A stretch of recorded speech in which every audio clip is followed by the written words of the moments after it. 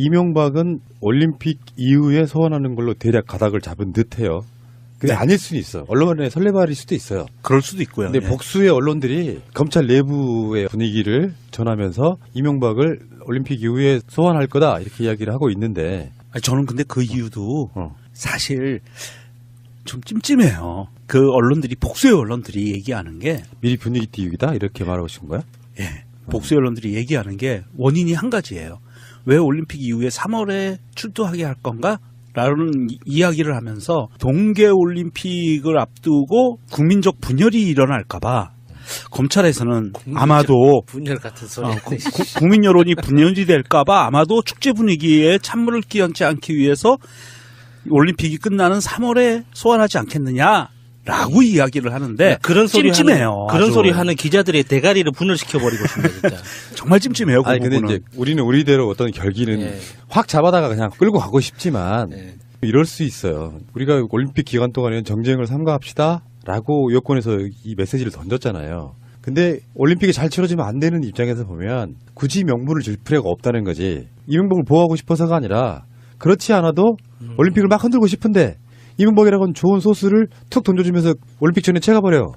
그러면 그걸 빌미로 해가지고 격렬하게 반대 무슨 논란을 만들 수 있다는 그런 고려 등이 있을 수 있어요. 그러니까 우리는 정치인이 아니기 때문에 막 질러도 되지만 정치나 이런 하시는 분들 입장에서는 정치적 고려라는 거 할 수 있다고 생각이 들고요. 예를 들어서 그게 이런 부분이 있지. 올림픽 분위기를 막 띄워야 되는데 이명박 소환이 그 전에 이루어지면 그 분위기로 올림픽이 묻힐 수도 있다는 것도 한번 생각을 해봐야 되는 부분이라서 이명박이라는 인간이 지금 가지고 있는 정치적인 이 의미가 굉장히 크기 때문에 정치적 고려를 하지 않을 수 없다는 건 이해하는데 이명박이 지금 가지고 있는 혐의들을 생각해 볼 때 저는 이렇게 했으면 좋겠습니다. 이명박한테 딜을 주는 거죠. 딜? 예, 이게 올림픽 전에 오면 너 혼자 와. 예. 근데 올림픽 다음에는 네 마누라랑 같이 와. 아니 저는 걱정되는 게 어. 사실은 푸르나우님이 얘기한 것도 그게 맞아요. 사실. 그게 맞는데도 불구하고 저는 언론들에서 이렇게 추측성 미리 앞서가는 언론 기사들이 나오는 것을 보고 무엇을 느꼈냐면 왜 좀 찝찝했냐 하면 일종의 신호탄을 주는 거 아닌가.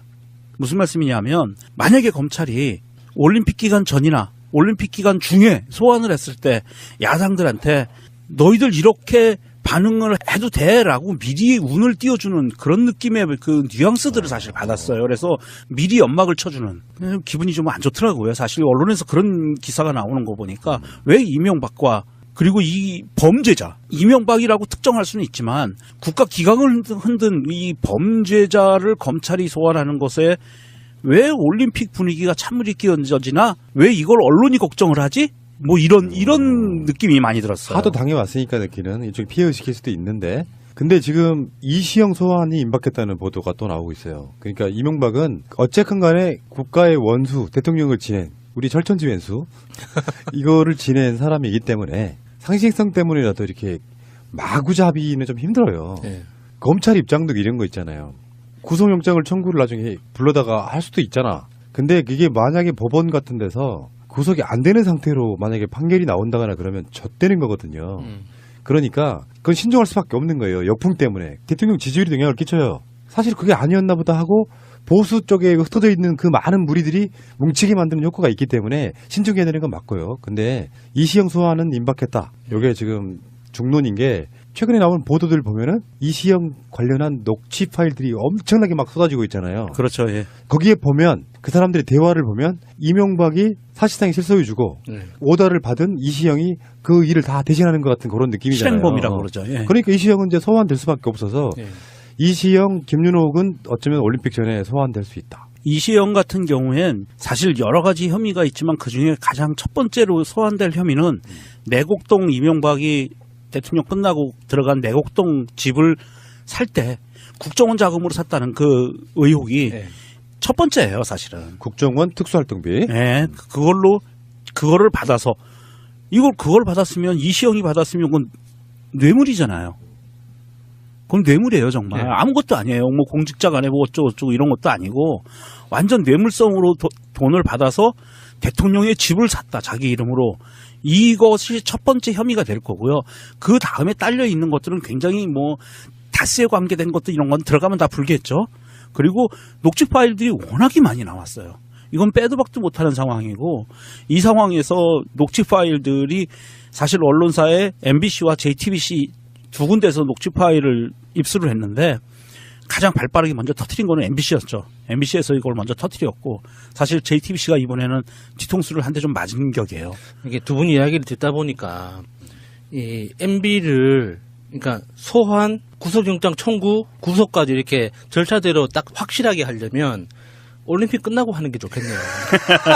이게 왜냐하면 이게 올림픽 끝나야지 우리가 광화문에 모여도 이렇게 체력적 부담 없이 좀 즐거운 마음으로 그럴 수 있겠다. MB 개새끼 이 한마디만으로도 그냥 그 충분히 모일 수 있는데 그 전에는 우리도 국민으로서 그러니까 평창 올림픽이 좀 성공적으로 되기를 바라는데 그 바라는 그 마음만큼 요즘 너무 춥잖아요. 광화문에 모이는 게 좀 부담스럽단 말이지. 자, 야수의 변절 축하합니다. 아니, 그래서 광화문에 모이기 위해서는 올림픽 끝나고 합시다. 됐네. 아니, 그러니까 또 거기서 또 조금 달라 내 생각은. 그 광화문에 대형 그 TV 모니터를 설치해 놓고요. 올림픽 응원하고 잠깐 막간 타임에 이명박 개새끼하고 그것도 괜찮다. 괜찮다. 플래카드 다 들고 손팻말 들고 이명박 개새끼 그리고 끝내고 나서 또 올림픽 경기 구경하고. 그거 괜찮네. 근데 사실은 전에 제가 말씀드린 것처럼 평창 올림픽은 사실은 서울 올림픽이에요. 그 평창이라고 하는 아주 작은 도시에 경기장만 있을 뿐이지 그 모든 어떤 만남들과 그런 것들은 대부분 다 서울에서 이루어지는 거기 때문에 이명박은 마음 같아서야 정말 매가지 끌고 와서 그냥 확 다리를 번지르고 싶지만 오히려 이런 거 있잖아. 칼은 빼서 보여주는 것보다 칼집에 있을 때 가장 효과가 크다. 그러니까 이명박이 얼마나 쫄고 있겠냐고요. 영포 빌딩 지하 2층 나는 그건 막 정말 히트였다. 히트였어. 더 이상 빠져나갈 구멍이 없다고 보는 거예요. 그거는 정말 이명박의 그 아주 핵심이라고 했던 누군가가 얘기를 해준 거예요. 그래서 그거를 딱 들어가서 잡은 거예요. 그 건물 관계자들도 몰랐다고 하는 비밀 창고니까. 예. 야, 거기에 청와대 문건 나오는 거 봐라, 씨발. 그걸로 난 끝났다고 봐.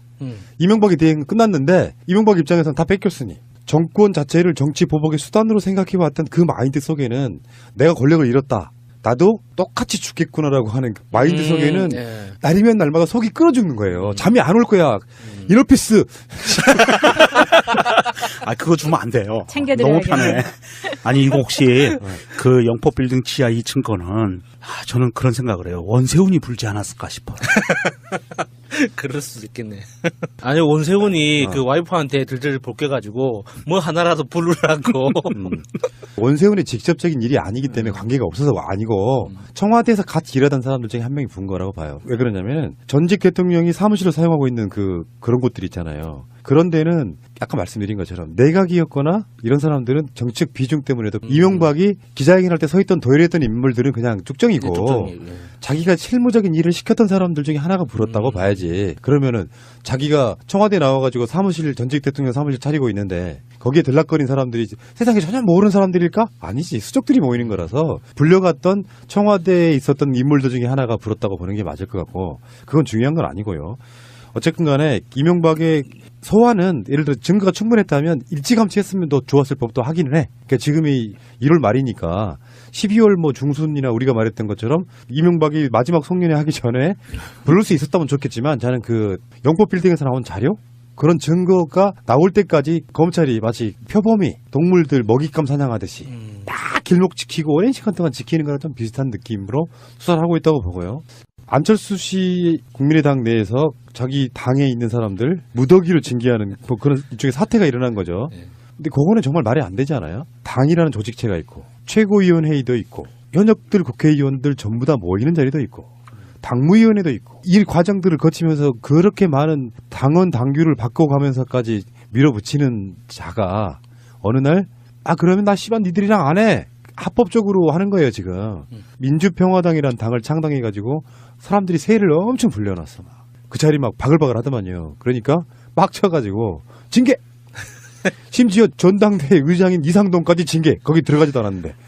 포인트는 그거였던 것 같아요. 이상돈을 징계한 거가 사실은 안철수는 평화민주당 창당한다는 이야기를 들으면서 쾌재를 불렀을 거예요. 전당대회를 내 입안에 혀 같은 애들로만 구성할 수 있는 방법이 기회가 왔다. 그래서 전당대회를 6시에 시작하는 걸로. 아침 6시. 그래서 나를 반대하는 사람들은 담일이 징계할 수 있는 기회가 있겠다. 이렇게 잡고 그동안 차곡차곡 준비해 온 것 같아요. 그래서 사실 이제 뭐 민주평화당이 이미 창당 준비가 들어갔고요. 그리고 아마도 절반 이상이 그쪽으로 가리라고 보는데 안철수 입장에서는 자기 그 세가 쭈그러드는 한이 있어도 사실 내치고 싶은 사람들 내치겠다. 그리고 내 입맛에 맞는 사람들만 돼 있고 유승민과 합치겠다. 딱 요 포지션에서 더 이상 벗어나지 않는 것 같아요. 예, 지금 안철수는 브레이크 밟으면 죽는 타이밍이거든요. 그러니까 브레이크를 밟을 수가 없어요. 그냥 무조건 가속 페달을 밟고 앞으로 치고 나가야 되는데 그 방법들이 너무 유치뽕짝하는 거죠. 저 앞에 아니, 낭떠러지가 보이는데. 그 전당대회 6시에 그 시작한다는 게 무슨 뜻이냐면 보통 일반적인 전당대회는 9시나 10시에 시작한단 말이죠. 10시에 시작을 해도 보통 7시부터 준비를 해야 돼요. 그렇죠. 그래서 그 당직자들이나 보좌진들은 7시, 8시에, 그러니까 2시간, 3시간 전에 가서 각자 부스 세팅하고 지지자들 모이는 자리 다 봐두고 그렇게 해도 10시 정확하게 계획 선언하는 게 진짜 미친 듯이 움직여야지 그 시간을 맞출 수 있단 말이에요. 근데 6시에 만약에 그러니까 정확하게는 7시에 시작하더라고요. 그 문서를 보니까 전당대회 7시에 시작하는 걸로 되어 있는데 그러면은 밤새라는 거예요. 잠 한숨 자지 말고 대기하라는 뜻이거든요. 그 이용주 의원이 TV에 나와가지고 네. 그거에 대해서 이야기하면서 대표님 6시가 말이 되는 거 막 하는데 그게 너무 웃긴 거예요. 왜냐면 그게 김어준의 블랙하우스에 같이 안철수 쪽하고 반대파하고 같이 섭외를 했는데 안철수 쪽이 아예 안 나와버리니까 너무 이게 웃기는 상황이 돼버린 거죠. 이게 정말 저는 안철수가 정말 준비를 잘했다. 나름 꼼꼼하게 인생의 최초로 꼼꼼한 준비를 했다라는 생각을 버릴 수가 없는 게 이게 6시, 7시 이 꼭두새벽에 전당대회를 한다는 건요. 잠 없는 노인네들만 오시라는 거예요. 노인 비하 발언 아닙니까? 아니죠. 사과하세요. 아니 부지런한 노인네분들만 전당대회에 오셔라. 나지지 않은. 그러니까 일찍 일어나는 노인네가 한 표라도 찍는다. 뭐. 그렇지. 그래서 젊은 사람들은 직장도 가야 되고. 아, 세상에 그거 진짜 코미디다. 새가 날아든다는 여러분들의 하트를 먹고 삽니다. 잊지 않으셨죠? 에피소드 제목을 누르고 플레이가 되면 오른쪽 위에 하트를 꼭 눌러주세요. 오늘도 감사합니다. 더 많은 분들이 들을 수 있도록 하트 꼭 눌러주세요. 안철수가 최근에 왜 그 KBS 고대영 사장 교체하는 문제 갖고 또 그걸 적폐라고 표현했잖아요. 이 사람은 좀 그런 게 있어요. 김장겸 때도 뭐 김장겸이 와가지고 대표님 도와줄 일 없습니까라고 했다는 것처럼 이제는 이제 우리가 딱 두 놈만 팬다. 요 기조로 지금 방송하고 있거든요. 한 1, 2주간. 이명박과 안철수. 근데 그냥 안철수는 정말 리틀 이명박의 모습이 그냥 이제 드러났다 이렇게 보는 건데 김대중 대통령 팔아서 국민의당 창당하고 안철수가 김대중 대통령의 어떤 정신을 계승해 줄 거라고 믿었지만 사실은 새정치민주연합의 대표일 때부터 당헌 당규에서 5.18 등을 뺀다는 그런 논란이 있었을 만큼 이쪽 마인드가 없는 사람이에요. 그런 사람이 사실상의 본 모습을 찾아가고 있다. 굳이 뭐 호남 눈치 볼 게 뭐 있으며 진보적인 마진대가 왜 필요해. 요거 딱 털고 나니까 원래 모습 그냥 그대로 딱 보여주는 리틀 박정희 정도의 모습을 보여주더라. 그러니까 지금까지 자기가 팔아댔던 김대중, 호남 이런 것들을 비추어 봤을 때는 사실은 정계 은퇴하는 게 수순이라고 보는데 뭐 자기 이 사람의 성깔이나 이런 걸로 봤을 때는 그건 안 할 것 같고 제대로 된 그 맛을 좀 봐줘야 된다 이런 말이죠. 저는 주말 동안 김어준의 블랙하우스나 이용주 의원 인터뷰나 그리고 이제 안철수 김종철 자유언론실천재단 이사장의 칼럼이 이제 안철수 정계 은퇴를 권고한다라는 기사가 있었잖아요. 그러니까 이 기사를 쭉 읽으면서 하나의 장면이 갑자기 문득 떠올랐는데 국회에서 안철수를 처음 본 날 그날에 굉장히 어색했던 그 부조리함이 있었어요. 그러니까 안철수가 자기 그 의원실 보좌진들하고 다른 의원 같은 당 소속 의원들 한 2-3명이랑 같이 한 5-6명이 길을 걸어가는데 보통 사람들이 이제 걸음걸이에서 성격이 드러나는 그 때도 있잖아요. 그때 그러니까 안철수를 처음 보면서 뭔가 이상하다는 느낌을 받았었거든요. 그러니까 그 걸음걸이가 사람들하고 어울리지를 못하는 거예요. 뭔가 좀 종종걸음이라고 해야 되나? 굉장히 불편하게 이제 가고 있다는 느낌을 받았거든요. 그래서 그게 도대체 어디에서 기인했을까라는 생각을 했는데 주말 동안 이렇게 이용주 의원이나 여러 가지 기사들을 접하면서 결국에는 안철수라는 사람이 다른 사람하고 관계 짓는 걸 할 줄 모르는구나. 그러니까 안철수의 아버지로부터 휘둘리고 와이프한테 휘둘린다고 지금 알려져 있잖아요. 그러니까 그런 것도 자기가 자발적으로 관계를 못 짓는구나, 이 사람은. 근데 그런 비슷한 이야기를 의원일 때 지금 보신 거잖아요. 예. 안철수가 V3, 그러니까 안철수 안랩을 만들고 나서 당시에 PC 매거진 기고하고 이럴 때 예. 제가 아는 선배가 당시에 이찬진 그리고 김택진 네, 그리고 안철수 이렇게 다 이쪽에 모임이 있었다는 거예요. 근데 그때 당시에도 안철수는 그랬다는 거예요. 여기 이상했다는. 그러니까 같이 어울리지 못하는. 보세요. 안철수의 지금 행보는 프라님 얘기한 것처럼 리틀 이명박처럼 움직였죠. 그 다음에 이찬진 제 동창이거든요. 옛날에 한나라당 시절인가 맞아. 의원 한번 비례로 했었어요. 들어갔었어요. 네. 그래서 그때 막 인천 재물포고등학교가 난리가 났었는데 거대한 혜성같이 떠오른 동문이 있다 막 이러고 난리가 났었는데 쪽팔렸죠. 근데 하여간 그랬던 사람들이에요. 다 그런 그룹들이 어떻게 자기들의 본인들의 이익을 위해서 어떻게 하면 부귀영화를 누릴까에 초점이 맞춰져 있는 사람들이지 이 사회를 선도적으로 끌고 가는 노블리스 오블리지하고는 전혀 담싸운 사람들이거든요. 그렇기 때문에 이 사람들이 어떤 뭐 이찬진도 그렇고 이 안철수도 그렇고 기업가로서는 성공했을지 모르지만 사실 인간적으로 사람으로서의 됨됨이는 전혀 갖춰져 있지 않은 좀 모자라 보이기도 하고 뭔가 나사가 빠진 듯한 느낌을 주는 게 그래서 그래요. 노블리스를 만들어주면 오블리제는 제가 정말 잘할 자신 있거든요. 자, 그런데 그 창당 발기인데 여기에 이제 이름을 올린 사람들을 보면 현역 의원들 중에 천정배, 정동영, 조배숙, 박지원, 유성엽, 장병환, 김광수, 김경진, 김종회, 박주현, 박춘영, 윤영일, 이용주, 장정숙, 정인화, 최경환 이렇게 16명이거든요. 그중에 박주현과 장정숙은 비례대표예요. 그러니까 사실상 출당 안 시켜주면 14명 정도가 지역구 국회의원이고 여기에 이상돈은 이게 명단에 포함되지는 않았지만 이상돈 의원도 이쪽에 합류할 수 있는 파고 다음에 중재파라고 해서 이제 당이 깨지는 걸 막겠다고 지금 나서신 분들 몇 명 있어요. 그중에 확실하게 이쪽 편을 들 수 있다고 확신되는 이름이 박주선이에요. 비례대표까지 다 포함해가지고 18명 정도는 찬성을 하는 거거든요. 이 새로운 신당이 말이에요. 나머지 뭐 이제 무슨 뭐 고문단, 기초단체장, 지방의원, 뭐 원외 지역위원장 이런 사람 다 빼고 이거는 뭐 그게 중요한 거 아니니까. 그런데 지금 아직도 드러내지 않고 있는 사람들이 있습니다. 자기 자신의 어떤 의견들에 대해서. 요거는 이제 빨리 정치 일정을 진행해야 되기 때문에 급한 대로 되는 사람들만 모아가지고 지금 현역 의원 16명이 창당 발기인이 된 건데 사활을 걸어야 되는 문제가 원내 교섭단체인데 원내 교섭단체가 되면은 지금 민주평화당이라고 하는 정당이 사실상 국회에 있어서의 캐스팅 보트를 질 수 있는 굉장히 중요한 상황이 돼버렸어요. 네. 그러니까 안철수의 목표는 좀 거대한 캐스팅 보트당을 만들어서 정권을 좌지우지하겠다 이런 부분이 있거든요. 만약에 국민의당 사람들이 거의 대부분 바른정당과 합당하는 형태로 가면 문재인 정부가 굉장히 힘들어져요. 지금 이 정도 구조라고 하면. 그런데 만약에 민주평화당이 20석이 되면요. 상황이 어떻게 되는지 마찬가지로 설명 좀 해주세요. 민주당 121석에 민주평화당 20석, 정의당 6석, 민중당 1석, 무소속 1석. 이건 정세균 국회의장이고요. 이것만 합쳐도 149석입니다. 현재 297석 국회의원의 과반인 거죠.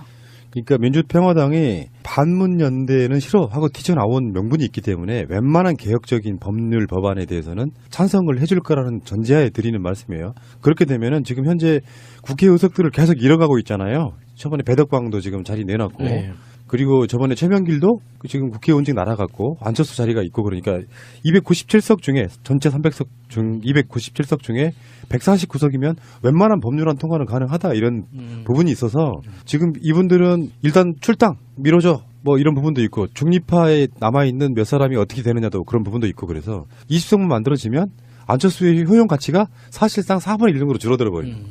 여기서 또 한번 그 예언놀이를 하자면 저는 그 국민의당이 쪼개질 거라고 일찌감치 예언을 했었거든요.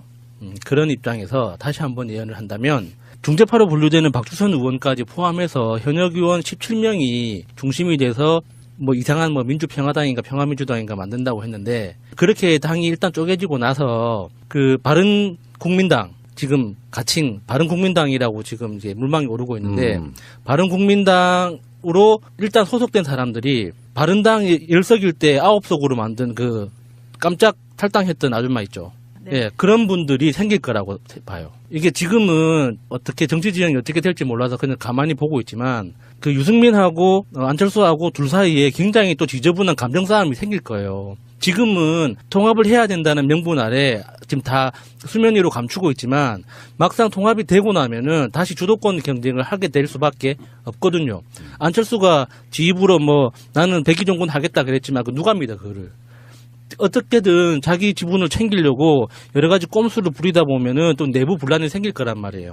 그건 못 보지. 예, 그러면은 그때 가서 거기에서 탈당해서 민주평화당으로 오는 사람이 생겨서 나중에 뒤늦게 20석이 채워져서 교섭단체가 될 거라고 보는 거죠. 사실 이게 안철수가 국민 발라버린 당 쪽에 가서 유승민이 계속 안철수 보고 어떤 제안을 하냐면 공동대표 체제로 가자라고 계속 제안을 해요. 그런데 안철수는 백의종군 하겠다고 계속 벤치를 놔요. 그러면 이 안철수가 백의종군 하겠다고 하는 게 과연 진짜 백의종군인가 아니라고 보거든요. 이 안철수가 백의종군 하겠다는 이유는 딱 하나인 것 같아요. 다음에 국민 발라버린 당의 그 대통령 후보는 나야라고 인정해줘. 당대표는 너가 해. 이 뉘앙스밖에 더 이상 캐치되는 게 없어요. 그렇다고 봤을 때 유승민과 안철수는 아마도 합당이 성사가 되는 순간부터 계속 아마 그 파열음이 일어날 겁니다. 왜냐하면 예. 안철수 스타일은 누구랑 화합해서 갈 스타일이 아니거든. 그렇죠. 근데 유승민도 만만치 않거든요. 그럼요. 그러니까 궁여지책으로 센 캐릭터가 둘이 붙었는데 안철수는 고집 센 새님, 유승민은 고집 센 새님. 이게 어떻게 화합이 가능하냐고요. 네, 둘 다 2등을 해본 적이 없는 사람들이라 그 뭔가 이렇게 양보하고 그 협의하기가 힘들 겁니다. 안철수는 하나만 더 말씀을 드리면 안철수의 이력을 보면은요. 안철수는 문재인 대통령하고 후보 단일화 어찌됐든 본인이 사퇴했으니까 그 명분으로 문재인 대통령이 당선이 되고 내지는 그 이전에 대통령 선거 기간에도 자기한테 양보하라고 그랬어요. 그리고 박원순 시장하고 해서 박원순 시장이 되고 난 다음에도 계속 박원순 시장한테 내 지분 이렇게 요구했었어요.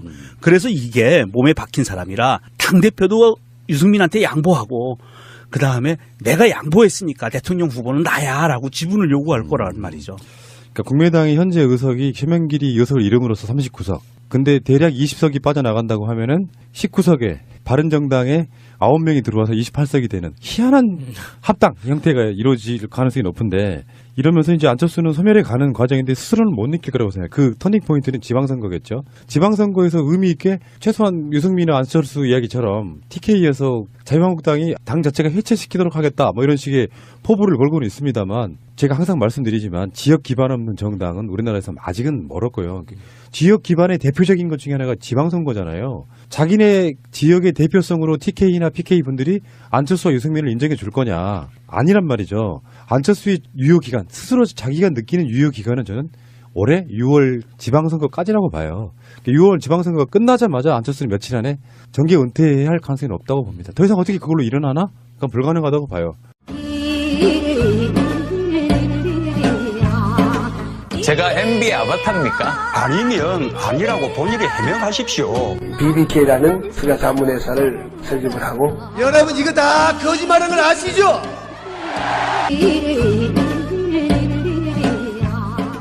근데 여기서 하나만 더 정계 은퇴가 더 해야 될 사람 하나만 얘기할게요. 홍준표가 지금 조선일보를 맹비난했어요. 이거 약간 모자란 짓이에요. 그나마 얘네들의 지지율을 바치고 있는 조중동을 적으로 돌리면 안 돼. 근데 이게 이제 어떤 피해의식 때문에 적인지 아닌지를 모르고 그냥 총기 난사하고 있는 거예요. 김민석 원장이 최근에 자유한국당의 주요 지도부의 발언들을 그렇게 표현하더라고요. 총기 난사하는 거라고. 그러니까 하다 보니까 조선일보도 쏴버렸네. 이제 조선일보조차도 미래항 사고를 양비론 정쟁으로 몰고 야당을 비난하네요. 곤란하면 아예 야당 기사를 쓰지나 말든지 뭐 이런 식으로 우리가 이 한자성으로 낭중지추라고 뭐 좋은 뜻만 있는 건 아니거든요. 그러니까 사람이 왜 내가 무슨 개혁을 위해서 내가 어떤 이미지 전환을 위해서 뭔가 이렇게 참고 오랜 시간 동안 수행하고 말하지 않고 이런 과정을 거쳐야 되는 사람인데 성향이나 성정이 자기 호주머니에 있는 송곳은 항상 삐져나와야 되는 사람이에요.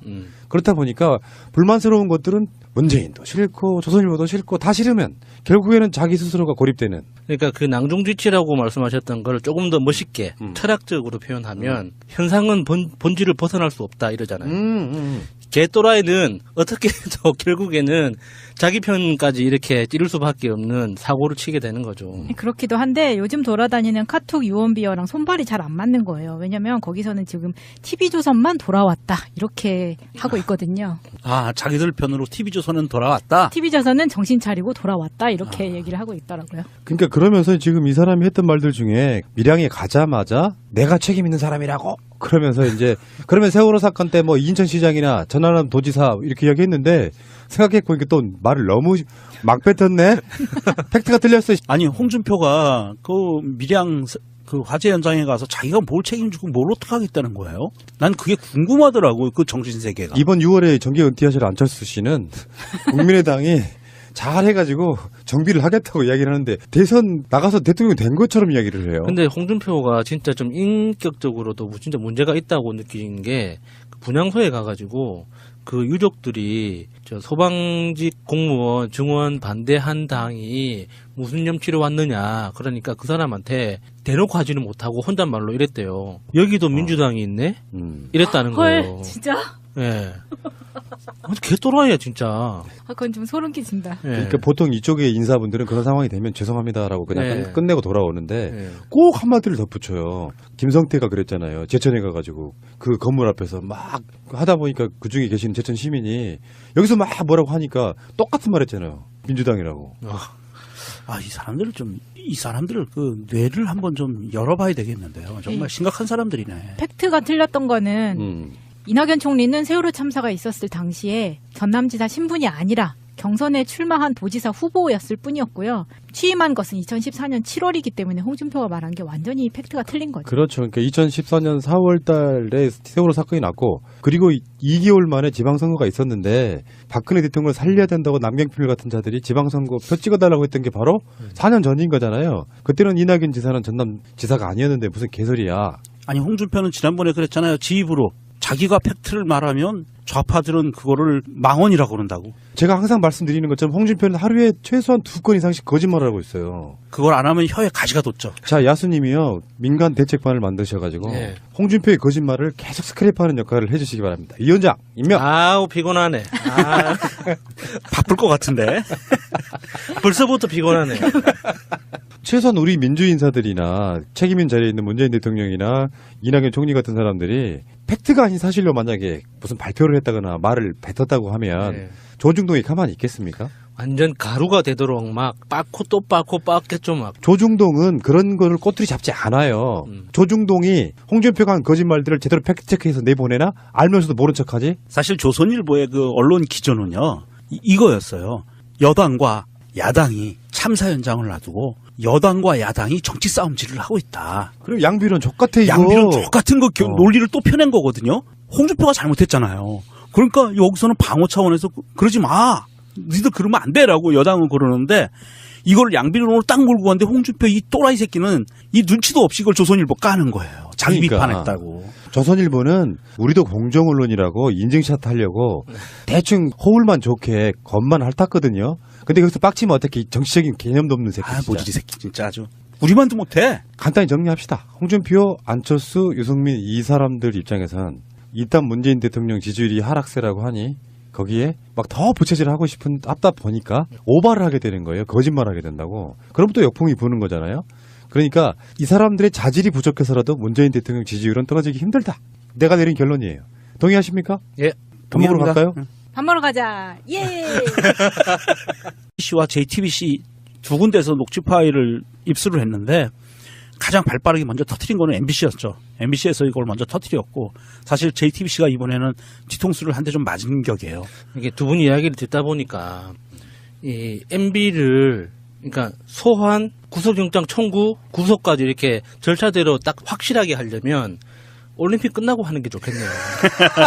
이게 왜냐하면 이게 올림픽 끝나야지 우리가 광화문에 모여도 이렇게 체력적 부담 없이 좀 즐거운 마음으로 그럴 수 있겠다. MB 개새끼 이 한마디만으로도 그냥 충분히 모일 수 있는데 그 전에는 우리도 국민으로서 그러니까 평창 올림픽이 좀 성공적으로 되기를 바라는데 그 바라는 그 마음만큼 요즘 너무 춥잖아요. 광화문에 모이는 게 좀 부담스럽단 말이지. 자, 야수의 변절 축하합니다. 아니, 그래서 광화문에 모이기 위해서는 올림픽 끝나고 합시다. 됐네. 아니, 그러니까 또 거기서 또 조금 달라 내 생각은. 그 광화문에 대형 그 TV 모니터를 설치해 놓고요. 올림픽 응원하고 잠깐 막간 타임에 이명박 개새끼하고. 그것도 괜찮다. 괜찮다. 플래카드 다 들고 손팻말 들고 이명박 개새끼 그리고 끝내고 나서 또 올림픽 경기 구경하고. 그거 괜찮네. 근데 사실은 전에 제가 말씀드린 것처럼 평창 올림픽은 사실은 서울 올림픽이에요. 그러니까 평창이라고 하는 아주 작은 도시에 경기장만 있을 뿐이지 그 모든 어떤 만남들과 그런 것들은 대부분 다 서울에서 이루어지는 거기 때문에 이명박은 마음 같아서야 정말 매가지 끌고 와서 그냥 확 다리를 분지르고 싶지만 오히려 이런 거 있잖아. 칼은 빼서 보여주는 것보다 칼집에 있을 때 가장 효과가 크다. 그러니까 이명박이 얼마나 쫄고 있겠냐고요. 영포 빌딩 지하 2층 나는 그건 막 정말 히트였다. 히트였어. 더 이상 빠져나갈 구멍이 없다고 보는 거예요. 그거는 정말 이명박의 그 아주 핵심이라고 했던 누군가가 얘기를 해준 그렇지. 거예요. 그래서 그거를 딱 들어가서 잡은 거예요. 그 건물 관계자들도 몰랐다고 하는 비밀 창고니까. 예. 야, 거기에 청와대 문건 나오는 거 봐라, 씨발. 그걸로 난 끝났다고 봐. 이명박이 대행 끝났는데 이명박 입장에서는 다 뺏겼으니 정권 자체를 정치 보복의 수단으로 생각해왔던 그 마인드 속에는 내가 권력을 잃었다. 나도 똑같이 죽겠구나라고 하는 그 마인드 속에는 날이면 날마다 속이 끓어 죽는 거예요. 잠이 안 올 거야. 이너피스. 그거 주면 안 돼요. 챙겨드려야겠네. 너무 편해.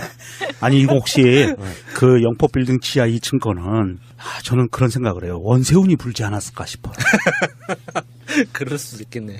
아니, 원세훈이 그 와이프한테 들들 벗겨가지고 뭐 하나라도 부르라고. 원세훈의 직접적인 일이 아니기 때문에 관계가 없어서 아니고 청와대에서 같이 일하던 사람들 중에 한 명이 부은 거라고 봐요. 왜 그러냐면 전직 대통령이 사무실을 사용하고 있는 그런 곳들 있잖아요. 그런 데는 아까 말씀드린 것처럼 내각이었거나 이런 사람들은 정책 비중 때문에도 이명박이 기자회견할 때 서 있던 도열했던 인물들은 그냥 쭉정이고 자기가 실무적인 일을 시켰던 사람들 중에 하나가 불었다고 봐야지. 그러면은 자기가 청와대 나와가지고 사무실 전직 대통령 사무실 차리고 있는데 거기에 들락거린 사람들이 세상에 전혀 모르는 사람들일까? 아니지. 수족들이 모이는 거라서 불려갔던 청와대에 있었던 인물들 중에 하나가 불었다고 보는 게 맞을 것 같고 그건 중요한 건 아니고요.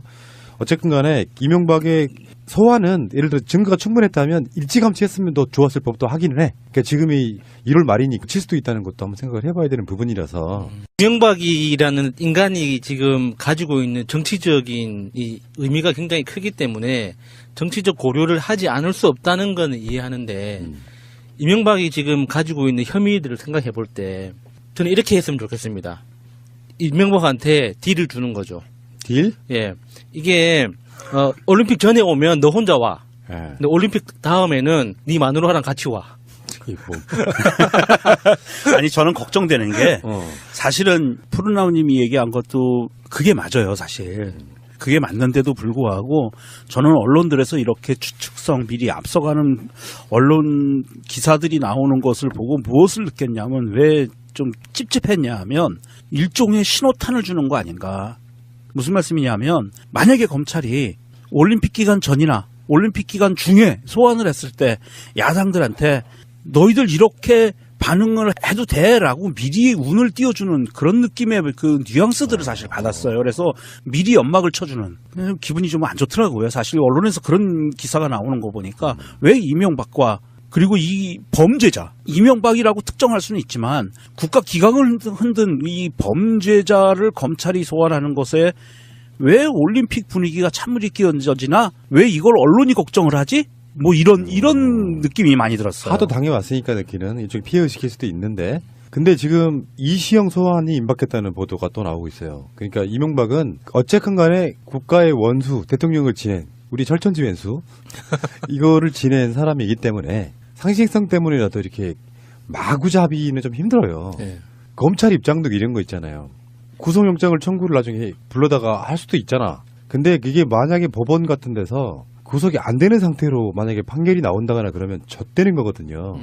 그러니까 그건 신중할 수밖에 없는 거예요. 역풍 때문에. 대통령 지지율에 영향을 끼쳐요. 사실 그게 아니었나 보다 하고 보수 쪽에 흩어져 있는 그 많은 무리들이 뭉치게 만드는 효과가 있기 때문에 신중해야 되는 건 맞고요. 근데 이시영 소환은 임박했다. 이게 지금 중론인 게 최근에 나온 보도들 보면은 이시영 관련한 녹취 파일들이 엄청나게 막 쏟아지고 있잖아요. 그렇죠. 예. 거기에 보면 그 사람들의 대화를 보면 이명박이 사실상의 실소유주고 오더를 받은 이시영이 그 일을 다 대신하는 것 같은 그런 느낌이잖아요. 실행범이라고 그러죠. 예. 그러니까 이시영은 이제 소환될 수밖에 없어서 이시영, 김윤옥은 어쩌면 올림픽 전에 소환될 수 있다. 이시영 같은 경우엔 사실 여러 가지 혐의가 있지만 그중에 가장 첫 번째로 소환될 혐의는 내곡동 이명박이 대통령 끝나고 들어간 내곡동 집을 살 때 국정원 자금으로 샀다는 그 의혹이 첫 번째예요, 사실은. 국정원 특수활동비. 네, 그거를 받아서 그걸 받았으면 이시영이 받았으면 그건 뇌물이잖아요. 그건 뇌물이에요, 정말. 아무것도 아니에요. 뭐 공직자 간에 뭐 어쩌고 이런 것도 아니고 완전 뇌물성으로 돈을 받아서 대통령의 집을 샀다, 자기 이름으로. 이것이 첫 번째 혐의가 될 거고요. 그 다음에 딸려 있는 것들은 굉장히 뭐 다스에 관계된 것도 이런 건 들어가면 다 불겠죠. 그리고 녹취 파일들이 워낙에 많이 나왔어요. 이건 빼도 박도 못하는 상황이고 이 상황에서 녹취 파일들이 사실 언론사의 MB 이명박은 올림픽 이후에 소환하는 걸로 대략 가닥을 잡은 듯해요. 근데 아닐 수는 있어. 언론의 설레발일 수도 있어요. 그럴 수도 있고요. 근데 복수의 언론들이 검찰 내부의 분위기를 전하면서 이명박을 올림픽 이후에 소환할 거다 이렇게 이야기를 하고 있는데 저는 근데 그 이유도 사실 좀 찜찜해요. 그 언론들이 복수의 언론들이 얘기하는 게 미리 분위기 띄우기다 이렇게 말하고 싶은 거야? 예. 복수의 언론들이 얘기하는 게 원인이 한 가지예요. 왜 올림픽 이후에 3월에 출두하게 할 건가? 라는 이야기를 하면서 동계올림픽을 앞두고 국민적 분열이 일어날까봐 검찰에서는 아마도 분열 같은 소리. 국민 여론이 분열이 될까봐 아마도 축제 분위기에 찬물을 끼얹지 않기 위해서 올림픽이 끝나는 3월에 소환하지 않겠느냐라고 이야기를 하는데 그런 소리 찜찜해요. 그런 아주. 소리 하는 기자들의 대가리를 분열시켜 버리고 싶네 진짜. 정말 찜찜해요. 그 아니 근데 부분은. 이제 우리는 우리대로 어떤 결기는 확 잡아다가 그냥 끌고 가고 싶지만 이럴 수 있어요. 우리가 올림픽 기간 동안에는 정쟁을 삼가합시다라고 여권에서 이 메시지를 던졌잖아요. 근데 올림픽이 잘 치러지면 안 되는 입장에서 보면 굳이 명분을 줄 필요가 없다는 거지. 이명박을 보호하고 싶어서가 아니라 그렇지 않아도 올림픽을 막 흔들고 싶은데 이명박이라고는 좋은 소스를 툭 던져주면서 올림픽 전에 채가버려. 그러면 그걸 빌미로 해가지고 격렬하게 반대 무슨 논란을 만들 수 있다는 그런 고려 등이 있을 수 있어요. 그러니까 우리는 정치인이 아니기 때문에 막 질러도 되지만 정치나 이런 거 하시는 분들 입장에서는 정치적 고려라는 거 할 수 있다고 생각이 들고요. 예를 들어서 그게 이런 부분이 있지. 올림픽 분위기를 막 띄워야 되는데 이명박 소환이 그 전에 이루어지면 그 분위기로 올림픽이